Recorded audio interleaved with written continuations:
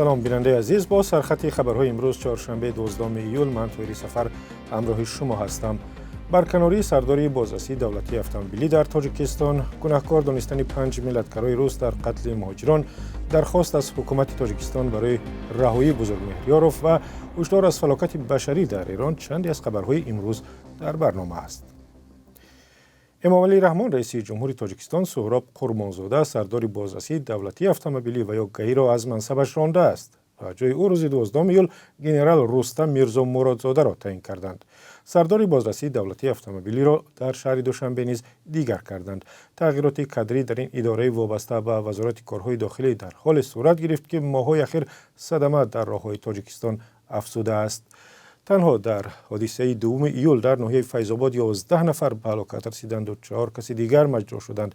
بعضی از ساکنان صدمه ها را گناه رانندگان، دشواری گذری راه‌ها و فساد در بازرسی دولتی اتومبیلی ربط می‌دهند. این اداره نه تنها حرکت در راه‌ها را نظارت می‌کند، بلکه به ساکنان شهادتنامه رانندگی نیز می‌دهد. رئیس جمهوری تاجیکستان روز 12 ایول خواسته است تمام کارمندان بازرسی دولتی اتومبیلی را از اتستاسیون و یا سنجش گذرانند. دادگاه شهر مسکو روز 11 ایول 6 نفر را در قتل بیرحمانه چند مهاجر از جمله مهاجران تاجیک گناهکار دانست. اما این 6 نفر همراهان مکسیم مارسینکیویچ، یک ملتگرای اشدی روس مشهور با لقب تسک هستند که خود او را سال 2020 در زندان مرده یافتند.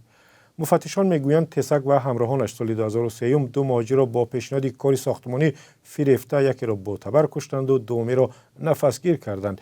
دیرتر آنها را دو مهاجر دیگر را در ناحیه سرگی و پسدی ولایت مسکو کشته، نوار این مهاجران را در اینترنت گذاشتند و سرهای از تن جدای مهاجران را در کوچه‌های ناحیه گلیانوی مسکو پرتافتند. جانبداران تسک گفتند که زیر فشار و شکنجه به گناه اعتراف کردند. در روسیه که صدها هزار شهروند تاجیکستان آنجا کار اقامت می‌کنند، هر چند وقت ملتگرایان به مهاجران حمله می‌کنند.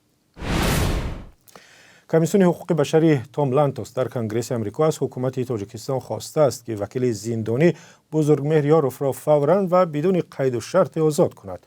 اظهارات کمیسیون روز 11 ایول در توییتر نشر شد. بزرگمهریاروف که 9 ایول 52 ساله شد، 8 سال باز در زندان است و را به قلابی ساختکاری و تحقیر نماینده حکومت گناهکار می‌کنند.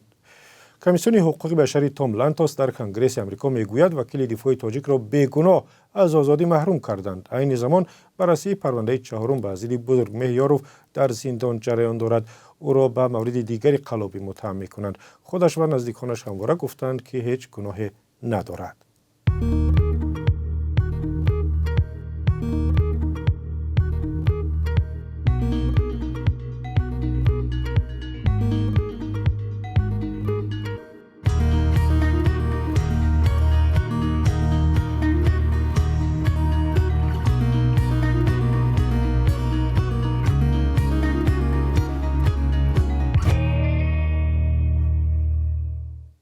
ینس استولتنبرگ دبیر کل ناتو گفت آینده اوکراین را در این پیمان نظامی می‌بیند، ولی برای قبول آن رضایت همه کشورهای عضو و اجرای تمام شرط‌های عضویت در ناتو لازم است. ینس استولتنبرگ در این باره روز 11 ایول در نشست خبری در شهر ویلنیوس صحبت کرد که آنجا نشست دو روزه سران کشورهای عضو ناتو ادامه دارد. با قول دبیر کل پیمان نظامی اتلانتیک شمالی به شرافت کمک نظامی پیمان به اوکراین و آموزش سربازان اوکراینی در کشورهای غربی، اوکراین به عضویت در پیمان نزدیک شده است. اما با قول او تا زمانی که اوکراین در جنگ با روسیه پیروز نشود، قبول کیف به ناتو امکان ناپذیر است. از این پیشتر ولادیمیر زلنسکی رئیس جمهوری اوکراین از آن اظهار ناامیدی کرد که ناتو آماده قبول کشورش به این پیمان نیست. یک مقام سابق وزارت حفظ اجتماعی ایران از یک فلاکت ناگزیر بشری در این کشور هشدار داده است. هادی موسوی، مدیر سابق ریاست تحقیق نیک و احوال مردم در وزارت، در این باره بعد از آن صحبت کرد که آمار نو نشان داده است 57% مردم ایران به قدر کافی غذا نمیخورند و 2100 کالری ضروری را در یک روز نمیگیرند. در این میان این مردم بیشتر از 14 میلیون نفر آنها کودکان و اکثریت هم نورسانی تا 12 ساله بودند.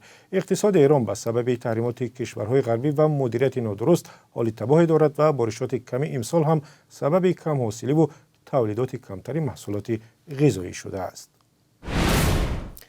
نزدیکان سورینیسا سفر و یک ساکن 23 ساله دوشنبه ادعا دارند که او را همسر اول و خویشاوندان شوهرش لطوکوب کرده به مرگ رسانیدند. مفتشان میگویند زن خود را آتش زد و حالا شوهر او را دستگیر کردند. محبت خالو و مادر سورینیسا سفر و از آن نوریزاست که سببکاران دیگری مرگ دخترش در آزادی‌اند و در اداره‌های دولتی کسی به دادش نمی‌رسد.